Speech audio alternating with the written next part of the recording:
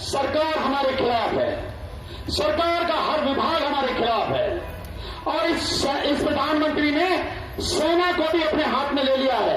अब से पहले सेना उसका सर्वोच्च कमांडर राष्ट्रपति होता था, लेकिन अभी इस दिसंबर को जो जनरल बिपिन रावत फर्स्ट सेनाध्यक्ष होते थे उनको चीफ ऑफ डिफेंस स्टाफ यानी तीनों सेनाओं का प्रमुख बना दिया गया।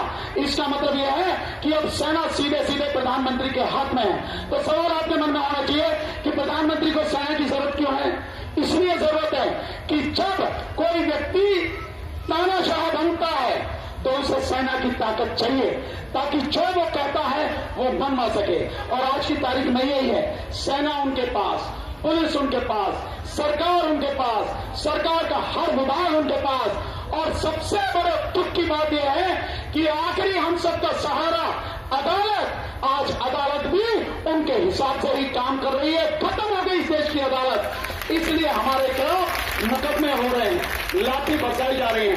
लेकिन क्योंकि ये लड़ाई है, वक्त बदलेगा, आने वाला समय हमारा है, इसे कोई रोक नहीं पाएगा।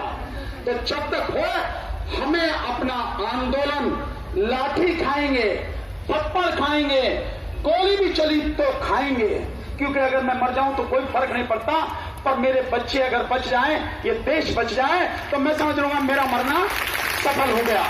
इसलिए इनसे घबराना नहीं है, ये बिल्कुल गैर कानूनी है। और अभी अहमदाबाद में जस्टिस डी.वाई. चंद्रचूड़ जो सुप्रीम कोर्ट के जज हैं, उन्होंने कहा है कि असहमति रखना, विरोध में बोलना गलत नहीं है, संविधान के विरुद्ध नहीं है, ये कानूनी है, संवैधानिक है। लेकिन अगर कोई सरकार इसके खिलाफ पुलिस का इस्तेमाल करती है, वो गैर कानूनी है, गलत है, उसे नहीं करना चाहिए। लेकिन दिक्कत यह है कि सरकार के पास अदालत भी कब्जे में है और सरकार के पास पुलिस भी है, तो वो जो कर सकते हैं वो कर रहे हैं। हमें जो करना है वो हमें करना है।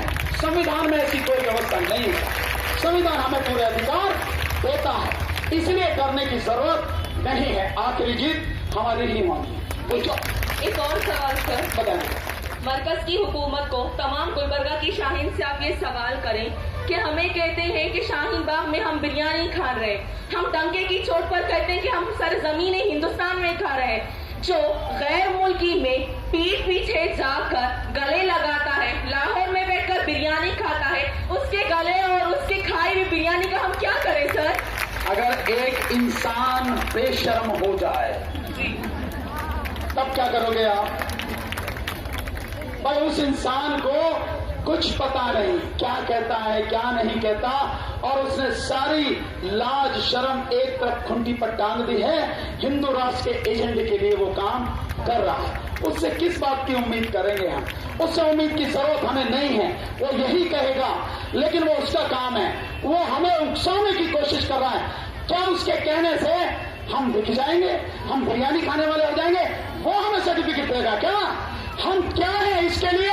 हमें किसी के सर्टिफिकेट की जरूरत नहीं है। मैं क्या हूं ये मैं जानता हूं, मेरी अंतरात्मा जानती है, मेरा ईमान जानता है और मेरा भगवान जानता है, कोई और नहीं जानता। हमें उसके सर्टिफिकेट की जरूरत नहीं है, इसलिए उससे घबराने की आपको जरा भी जरूरत नहीं है। डटे रहो और लड़ते रहो।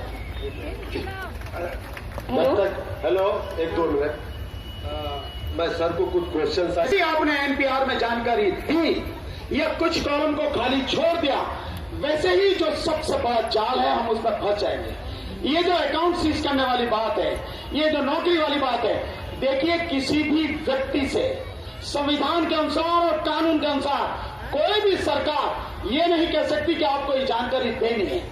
उसके लिए दरवाजा खटखटाएंगे, कोशिश करेंगे कि अदालत की समझ में आ जाए तो बहुत अच्छी बात है, और नहीं आएगी तो हमें सड़क पर लड़ना ही है।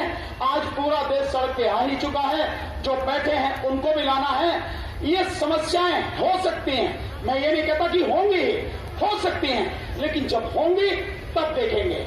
अभी इसमें समय है, इससे परेशान होने की जरूरत अभी नहीं है। जब मैं नहीं दूंगा तो मेरा अकाउंट भी सीज होगा, जब होगा तब देखेंगे, उसके लड़ने का तरीका उस समय निकालेंगे, अभी से परेशान होने की जरूरत नहीं है। और जैसा आप ये कह रहे हैं कि एक्शन क्या लेगी कि सरकार, कोई भी एक्शन ले सकती है। जो सरकार इतनी बुरी तरह से इस देश को बर्बाद करने पर तुली है, आप उससे किस रहम की बात करते हैं, किस अच्छी बात की बात करते हैं? कुछ भी ले सकती है, लेकिन अभी संभावित क्या हो सकता है उसकी कल्पना करके चल रहे हैं। लेकिन एक काम, अगर हमने एनपीआर में कोई जानकारी नहीं दी तो क्या होगा?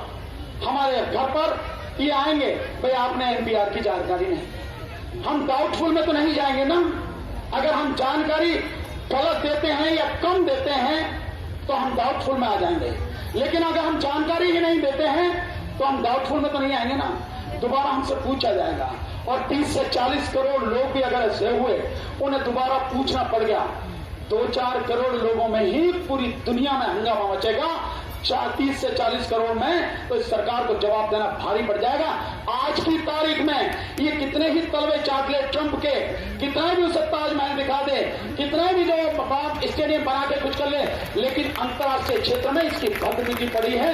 दुनिया इसके बुरी तरह से खिलाफ है। इस चीज को आप समझो तो राष्ट्रीय और अंतर्राष्ट्रीय प्रेशर जरूर पड़ेंगे, फिर भी जब समस्या सामने आएंगी तब उसका निदान। एक और क्वेश्चन है सर, बताएं सर, अगर सुप्रीम कोर्ट ऑफ इंडिया हमारे हक में फैसला नहीं सुनाती है तो क्या हम इंटरनेशनल कोर्ट ऑफ जस्टिस को नहीं कर सकते हैं? नहीं, इस बात को समझो। इंटरनेशनल कोर्ट ऑफ जस्टिस में तभी जा सकते हैं जब दो देशों के बीच का मसला और सरकार चाहे, या सरकार किसी एजेंसी को, किसी ऑर्गेनाइजेशन को ऑथराइज करे, तब जा सकते हैं। ये मसला हमारे देश का है, इसलिए हम अंतर्राष्ट्रीय कोर्ट ऑफ जस्टिस में नहीं जा सकते। हम कहां जा सकते हैं? ज्यादा से ज्यादा इंटरनेशनल जो ह्यूमन राइट कमीशन है वहां जा सकते हैं, उसके अलावा कहीं नहीं हम लोग जा सकते। लेकिन अंतर्राष्ट्रीय दबाव बनाना पड़ेगा, उसके बहुत से तरीके हैं। आएगा समय तब वो भी सारी चीजें कहेंगे। हर चीज के लिए हमें तैयार रहना है। और ये कोई भी सरकार, अगर देश की जनता पूरी खड़ी हो जाए, जन आंदोलन बन जाए, आप एक तरीका यह है जो सबसे बड़ा तरीका है। एक तरीका यह है कि सरकार के जो एमपी हैं, उन एमपी में से इतने लोग रिजाइन कर दें ताकि सरकार के पास 272 एमपी न रहें। और ये हो सकता है कब? ये जब हो सकता है इस बीजेपी सरकार में जो एससी, एसटी और ओबीसी के जो एमपी हैं, वो लोग अगर रिजाइन कर दें तब संभव है। लेकिन वो ऐसे ही रिजाइन नहीं करेंगे। हमें उनके घरों का घेराव करना पड़ेगा, उन पर दबाव डालना पड़ेगा, उनकी जो कॉन्स्टिट्यूंसी है वहां उनको घेरना पड़ेगा, तब जाके प्रेशर बिल्डअप होगा। अगर वो हम हो पाए, कर पाए, बहुत अच्छी बात है। अगर वो हो गया और नहीं हुआ तो हमारे पास जिस तरफ हम बढ़ रहे हैं, जन आंदोलन के अलावा दूसरा कोई रास्ता नहीं है। और कोई भी सरकार जन आंदोलन को खारिज नहीं करती। इसके अलावा जो अदालत है, क्योंकि अदालत अपना काम नहीं कर रही, हो सकता है हमें एक दिन माननीय सर्वोच्च न्यायालय का भी न्याय के लिए घेराव करना पड़े। इसके लिए भी हमें तैयार रहना चाहिए। क्वेश्चन है सर, दो मुहावरे आ गए। एक चौकीदार चोर है, दूसरा रक्षक भक्षक बन गया है। एज ए कॉमन प्रोटेस्टर हमें अगला कदम क्या करना चाहिए? अगला कदम सबसे पहले ध्यान भटकाना नहीं चाहिए। एनपीआर पर नजर होनी चाहिए। एनपीआर में कोई जानकारी नहीं देनी है। हम किसी को चौकीदार कहें, चोर कहें, कुछ भी कहें, इससे हमारी समस्या का समाधान नहीं होता। ये लोगों में थोड़ा सा एक हौसला बढ़ाने के लिए, उनके अंदर से डर निकालने के लिए ये बातें कभी कभी कहनी पड़ती हैं, लेकिन ये हमारी समस्या का समाधान नहीं है। हमारी समस्या का समाधान है कंप्लीट बायकॉट, पूरा बहिष्कार एनपीआर का। एनपीआर में कोई जानकारी देनी नहीं, किसी भी कागज पर दस्तखत करना नहीं है, और बहुत ही शांतिपूर्वक तरीके से पूरे देश में हमारा यह आंदोलन चलेगा।